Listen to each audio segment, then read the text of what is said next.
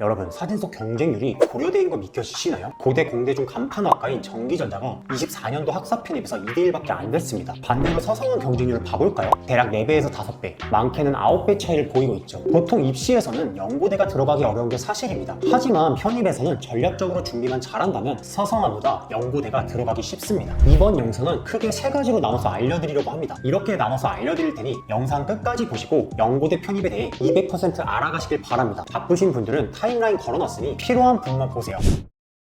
우선 연고대 이공계 편입부터 알려드리자면, 연고대는 다른 인서울대학과 다르게 수학과 전공 과목을 반영합니다. 사진을 보듯이 학과마다 반영 과목이 다르기 때문에 어떤 과목이 본인에게 잘 맞는지 파악해야 합니다. 아직까지 본인이 어떤 과목을 준비해야 되는지 모르는 분들이 있을 수 있기 때문에 간단하게 과목별 특징 알려드리고 시험 스타일까지 알려드리겠습니다. 크게 미적분학, 선형대수로 나눠집니다. 보통 미적분학은 연고대 모집 요강에 나와 있는 스튜어트 캘큘러스라는 책으로 준비를 하고, 선형대수는 서지랭이라는 책으로 준비를 합니다. 범위 자체는 책에서 다 나오는 편이지만 문제 형식까지 그대로 나오지 않기 때문에 다양한 접근성으로 문제를 많이 풀어봐야 됩니다. 미적분학의 경우 공식을 정말 많이 외우는 것이 중요해요. 이 미적분학에서 새롭게 배워야 되는 공식들이 정말 많아요. 그리고 외워야 될 공식들 사이에서도 조금씩 모양들이 다르기 때문에 이걸 누가 빨리 확실하게 외우냐에 지금까지 배운 몫을 복습하는데, 그리고 다른 전공 과목 공부할 진도를 나가는데 중요한 역할을 하게 됩니다. 문제도 물론 중요하지만 공식 암기부터 꼭 하세요. 선형대수의 경우에는 22년도부터 연세대에만 반영하는 파트입니다. 포인트는 연립 방정식을 먼저 공부하고 선형대수를 들어가면 됩니다. 보통 편입수학에서는 선형대수가 어렵게 나오는데 연대는 반대예요. 작년, 재작년까지 봤을 때 난이도가 매우 쉬운 편이었어요. 아마 올해의 경우에도 크게 어렵게 나오진 않을 겁니다. 문제 난이도를 1년 만에 바로 올리진 않기 때문에 큰 걱정 안 하셔도 될 거예요. 하지만 시험 문제를 낸 분이 매년 달라지기 때문에 다양한 문제 유형들은 꼭 풀어봐야 됩니다. 24년도 연세대 수학시험 특징을 보자면, 비수학과에서 서술형이 사라지고 단답식을 도입한 점, 그리고 문제수가 늘어난 점입니다. 단답식이다 보니 계산 실수를 하면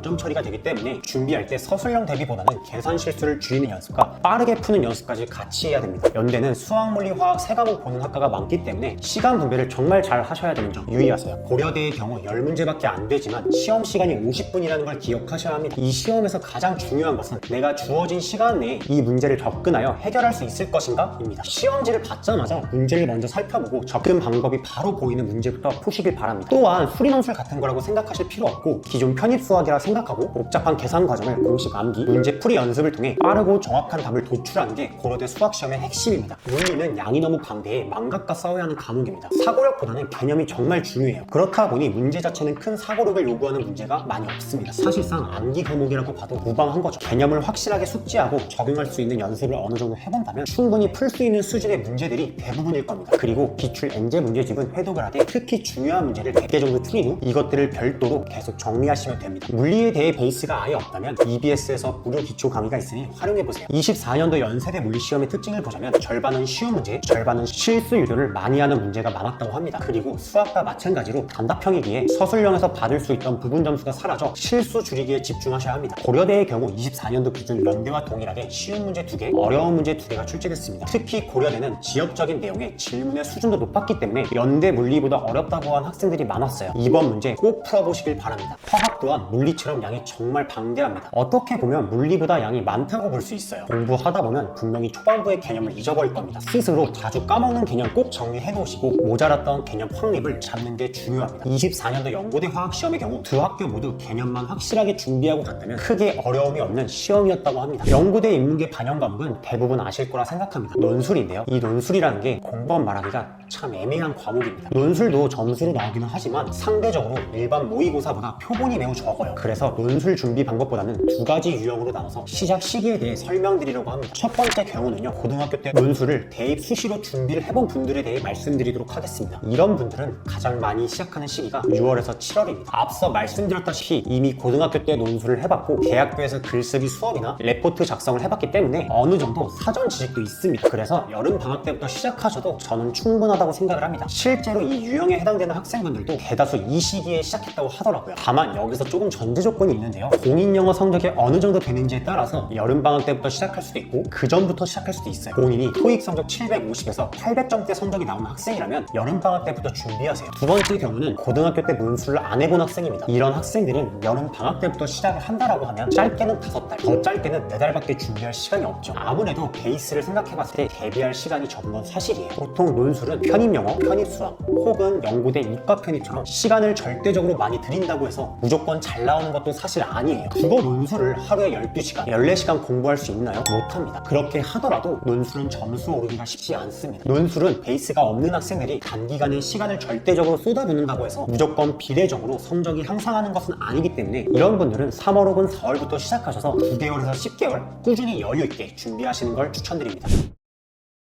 연고대 편입에서 가장 중요한 건 당연히 시험입니다. 이 필기시험 과목에 해당하는 비중은 60%죠. 아무리 자소서를 기가 막히게 잘 써도 시험 성적이 가장 중요해요. 역전하기 힘듭니다. 그런데 점수가 비슷한 상황이라면 이 40%를 버리는 게 맞을까요? 절대 아닙니다. 압도적인 실력이 아니라면 자소서 준비는 꼭 하세요. 후회하는 학생들 정말 많이 봤어요. 그리고 자소서를 준비한다면 시작 시기는 여유 있게 미리 준비하세요. 만약 시험이 가까워진 10월, 11월에 시작을 한다면 파이널 준비하면서 막판 스퍼트 달리느라 정신없는 와중에 자소서까지 만들어야 되는 거예요. 그렇게 되면 공부 효율, 자소서 퀄리티 모두 떨어지게 됩니다. 일찍 시작할수록 공부 시간도 벌면서 효율도 올라가기 때문에 집중할 수 있는 환경도 만들어지는 거예요. 자소서 어떻게 준비해야 되는지 모르겠다면 편하게 물어봐 주세요.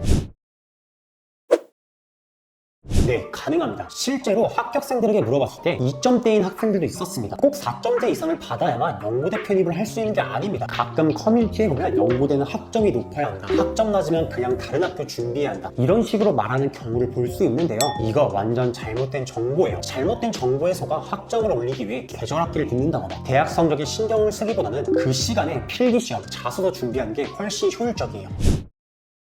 이것 또한 학점과 마찬가지입니다. 별로 중요하지 않아요. 실제로 매년 학점은계 출신 학생들도 합격하고 있습니다. 사진 보듯이 실제로 학은제로 합격 사례가 있어요. 물론 합격생 중에 인서울이었던 학생들도 많죠. 그런데 이게 학벌이 인서울이어서 합격한 게 아니라 뽑아보니 인서울인 겁니다. 서류에서 학은제 출신이라고 일부러 안 뽑는 게 아니에요. 다만 인서울권인 학생들은 중고등 시절 때 공부하던 습관이 잡혀 있어요. 시작점은 비슷하지만 이 공부 습관 때문에 나중에 큰 차이로 벌어집니다. 결코 베이스가 좋아서 무조건 합격하는 게 아니에요. 얼마나 노력했는지, 그래서 실력이 얼마나 올랐는지에 따라 결과가 정해지는 겁니다. 나는 학벌이 안 좋아서 안 될 거야, 학점이 낮아서 합격 못해, 이런 고민을 할 필요 없이 내가 연고대 편입을 위해 정말 열심히 할 수 있는지를 따져봐야 되는 거예요. 오늘 영상은 연고대 편입의 모든 것을 담았다고 봐도 될 정도로 많은 양을 담았는데요. 편중생 분들에게 도움이 되셨기를 바랍니다. 연고대 편입에 대해 고민이 있으시거나 공부 방법에 대해 모르시겠다면 상담 링크로 상담 요청 남겨주세요. 감사합니다.